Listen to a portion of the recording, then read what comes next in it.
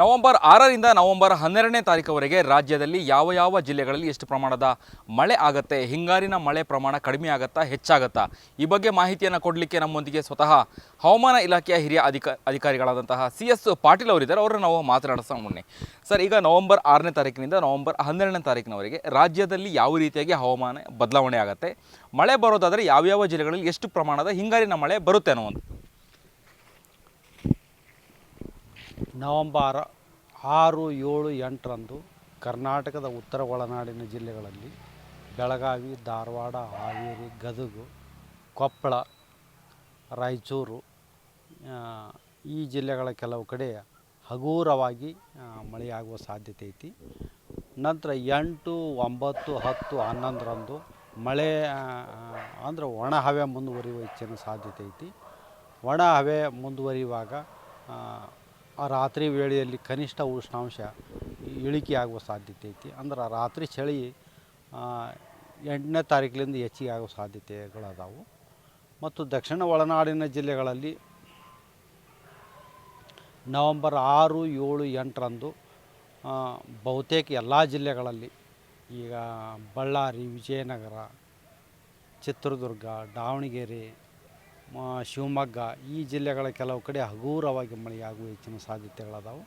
ಮುಂದೆ ತುಮಕೂರು, ಚಿಕ್ಕಬಳ್ಳಾಪುರ, ಕೋಲಾರ, ಬೆಂಗಳೂರು, ರಾಮನಗರ, ಮಂಡ್ಯ, ಮೈಸೂರು, ಚಾಮರಾಜನಗರ, ಚಿಕ್ಕಮಗಳೂರು, ಹಾಸನ ಹಾಗೂ ಕೊಡಗು ಜಿಲ್ಲೆಗಳ ಕೆಲವು ಕಡೆ ನವೆಂಬರ್ 6, 7, 8ರಂದು ಕೆಲವು ಕಡೆ ಹಗುರದಿಂದ ಸಾಧಾರಣವಾಗಿ ಮಳೆಯಾಗುವ ಹೆಚ್ಚಿನ ಸಾಧ್ಯತೆಗಳದಾವು.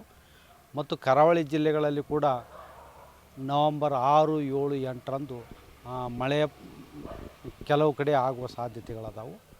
ಮತ್ತು ಇದೇನು ಅಷ್ಟೊಂದು ಜಾಸ್ತಿ ಮಳೆ ಆಗಲ್ಲ, ಸುಮ್ಮನೆ ಕೆಲವೊಂದು ಕಡೆ ಅಲ್ಲಲ್ಲಿ ಹಗುರವಾಗಿ ಮಳೆ ಆಗ್ಬೋದು. ಒಂದು ಕಡೆ ಆದರೆ ಒಂದು ಕಡೆ ಮಳೆ ಆಗಲಿದ್ದು ಭಾಳ ಕಡಿಮೆ, ಅಂದರೆ ಶೇಕಡ 25ಕ್ಕಿಂತ ಕಡಿಮೆ ಪ್ರದೇಶದಲ್ಲಿ ಈ ಮಳೆ ಆಗ್ತೈತಿ. ಮತ್ತು ನವೆಂಬರ್ 9, 10, 11, 12ರಂದು ಕರ್ನಾಟಕ ರಾಜ್ಯಾದ್ಯಂತ ಒಣ ಹವೆ ಮುಂದುವರಿಯುವ ಹೆಚ್ಚಿನ ಸಾಧ್ಯತೆ ಐತಿ. ಅಂದ್ರೆ ಯಾವುದೇ ಮೋಡಗಳು ಇರುವುದಿಲ್ಲ ಮತ್ತು ಹಗಲಿ ಹೊತ್ತಿನಲ್ಲಿ ಗರಿಷ್ಠ ಉಷ್ಣಾಂಶ ಏರಿಕೆಯಾಗುವ ಸಾಧ್ಯತೆ ಐತಿ. ಆದರೆ ಕನಿಷ್ಠ ಉಷ್ಣಾಂಶ ರಾತ್ರಿ ಹೊತ್ತಿನಲ್ಲಿ ಕಡಿಮೆ ಆಗ್ಬೋದು ಮತ್ತು ಚಳಿಯ ಪ್ರಮಾಣ ಕೂಡ ಕಡಿಮೆ ಆಗುವ ಸಾಧ್ಯತೆ ಐತಿ. ಉತ್ತರ ಒಳನಾಡಿನ ಜಿಲ್ಲೆಗಳಲ್ಲಿ ಕನಿಷ್ಠ ಉಷ್ಣಾಂಶ ಸುಮಾರು 17ರಿಂದ 19 ಡಿಗ್ರಿ ಸೆಂಟಿಗ್ರೇಡ್ ತನಕ ಬರ್ಬೋದು ನವೆಂಬರ್ 9ರ ಮೇಲೆ. ಮತ್ತು ದಕ್ಷಿಣ ಒಳನಾಡಿನ ಜಿಲ್ಲೆಗಳಲ್ಲಿ ಕೂಡ ಕನಿಷ್ಠ ಉಷ್ಣಾಂಶ 17ರಿಂದ 19 ಡಿಗ್ರಿ ಸೆಂಟಿಗ್ರೇಡ್ ಬರ್ಬೋದು. ಮತ್ತು ಬೆಂಗಳೂರಿನಲ್ಲಿ 6, 7, 8ರಂದು ಕನಿಷ್ಠ ಉಷ್ಣಾಂಶ ಸುಮಾರು 19, 20 ಡಿಗ್ರಿ ಸೆಂಟಿಗ್ರೇಡ್ ಇರ್ಬೋದು. ಗರಿಷ್ಠ ಉಷ್ಣಾಂಶ ಒಂದು 27, 28 ಡಿಗ್ರಿ ಸೆಂಟಿಗ್ರೇಡ್ ಇರ್ಬೋದು. ಓಕೆ, ಇನ್ನು 6, 7, 8 ಈ 3 ದಿನ ಮಳೆ ಬರುತ್ತೆ ಅಂತ ಹೇಳಿದ್ರಿ. ಬೆಂಗಳೂರಿನಲ್ಲಿ ಮಳೆ ನಿರೀಕ್ಷೆ ಮಾಡ್ಬೋದಾ ಈ 3 ದಿನಗಳಲ್ಲಿ? ಏನು ಬೆಂಗಳೂರಿನ ಕೆಲವು ಕಡೆ ಮಾತ್ರ ಹಗುರದಿಂದ ಸಾಧಾರಣವಾಗಿ ನವೆಂಬರ್ 6, 7, 8ರಂದು ಮಳೆಯಾಗುವ ಸಾಧ್ಯತೆ ಐತಿ. ಎಲ್ಲ ಕಡೆನೂ ಬೆಂಗಳೂರಿನಲ್ಲಿ ಮಳೆ ಆಗಲಿಲ್ಲ. ಕೆಲವು ಕಡೆ ಆಗ್ಬೋದು, ಕೆಲವು ಕಡೆ ಆಗಲಿಕ್ಕಿಲ್ಲ.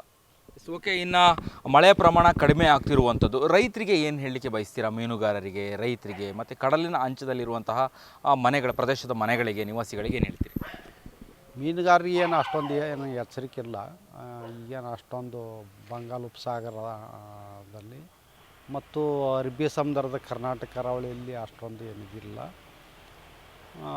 ರೈತರು ಈ ಒಂದು 3 ದಿವಸ ನಂತರ ಮಳೆ ಇದೇನು ಅಂಥ ದೊಡ್ಡ ಮಳೆ ಬರಲ್ಲ, ತಮ್ಮ ಕೃಷಿ ಚಟುವಟಿಕೆಗಳನ್ನು, ತಮ್ಮ ವ್ಯವಸಾಯಕ್ಕೆ ಸಂಬಂಧಪಟ್ಟ ಕೆಲಸಗಳನ್ನು ಮಾಡ್ಕೋಬೋದು. ಇದೇನಂತ ದೊಡ್ಡ ಮಳೆ ಇಲ್ಲ. ಅದು ಉತ್ತರ ಒಳನಾಡಿನ ಜಿಲ್ಲೆಗಳಲ್ಲಿ ಮಳೆ ಎಲ್ಲೋ ಒಂದು ಕಡೆ ಆಗ್ಬೋದು, ಇದೇನು ಅಂಥ ಮಳೆ ಆಗಲ್ಲ. ದಕ್ಷಿಣ ಒಳನಾಡಿನ ಜಿಲ್ಲೆಗಳಲ್ಲಿ ಸ್ವಲ್ಪ ಮಳೆ ಆಗ್ಬೋದು.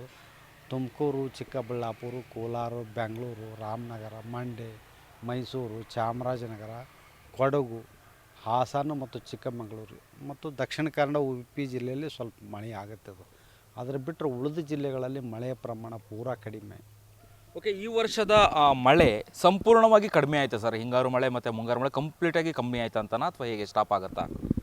ಈಗ ತಾತ್ಕಾಲಿಕವಾಗಿ ಸ್ವಲ್ಪ ಕಡಿಮೆ ಆಗಿದೆ. ಮುಂದೆ ಯಾವುದರ ಒಂದು ಸೈಕ್ಲೋನು, ಯಾವುದರ ಒಂದು ವಾಯುಭಾರ ಕುಸಿತ ಆತಂದ್ರೆ ಮತ್ತೆ ಮಳೆ ಬರ್ಬೋದು. ಇನ್ನೂ ಇದಕ್ಕೆ ಟೈಮ್ ಐತಿ. ಡಿಸೆಂಬರ್ 15 ತನೂ ಒಮ್ಮೊಮ್ಮೆ ಸಾಧ್ಯತೆಗಳು ಇರ್ತಾವೆ. ಇನ್ನೂ ಒಂದು ತಿಂಗಳ ತನಕ ನಾವು ಕಾದು ನೋಡ್ಬೇಕು. ಧನ್ಯವಾದಗಳು ಸರ್. ಧನ್ಯವಾದಗಳು. ಇದಿಷ್ಟು ಹವಾಮಾನ ಇಲಾಖೆಯ ಹಿರಿಯ ಅಧಿಕಾರಿಗಳಂತಹ CS ಪಾಟೀಲ್ ಅವರ ಮಾತುಗಳಾಗಿತ್ತು. ಕ್ಯಾಮ್ರಾ ಪರ್ಸನ್ ಕೀರ್ತನ್ ಜೊತೆ ಅಭಿಜಿತ್ ಗಣೇಶ್, ಕರ್ನಾಟಕ ಟಿವಿ, ಬೆಂಗಳೂರು. ನೀವು ಸಣ್ಣ ಆಗಬೇಕಲ್ವಾ? ಅದು ಒಂದು ಉತ್ತಮ ಆಹಾರದಿಂದ ಸಣ್ಣ ಆಗಬೇಕಲ್ವಾ? ಪ್ರತಿದಿನ ನಮ್ಮ ಜೀನಿ ಸ್ಲಿಮ್ನ ಯೂಸ್ ಮಾಡಿ ಯಾವುದೇ ಸೈಡ್ ಎಫೆಕ್ಟ್ ಇಲ್ದಂಗೆ ನೀವು ಸಣ್ಣ ಆಗ್ತೀರಾ. ನಿಮಗೆ ಮಾಧ್ಯಮದಲ್ಲಿ ಕೆಲಸ ಮಾಡುವ ಆಸಕ್ತಿ ಇದೆಯಾ? ಹಾಗಾದ್ರೆ ಕರ್ನಾಟಕ ಟಿವಿ ಡಿಜಿಟಲ್ ಮೀಡಿಯಾದಲ್ಲಿದೆ ನಿಮಗೆ ಒಳ್ಳೆಯ ಅವಕಾಶ. ಆಯ್ಕೆಯಾದವರಿಗೆ ಉಚಿತ ತರಬೇತಿ ಕೊಡ್ತೀವಿ. ತರಬೇತಿ ನಂತರ ಕೆಲಸ ಮಾಡುವ ಅವಕಾಶನೂ ಕೊಡ್ತೀವಿ. ಈ ಕೂಡಲೇ ನಿಮ್ಮ ಮಾಹಿತಿಯನ್ನ ಮೇಲ್ ಮಾಡಿ.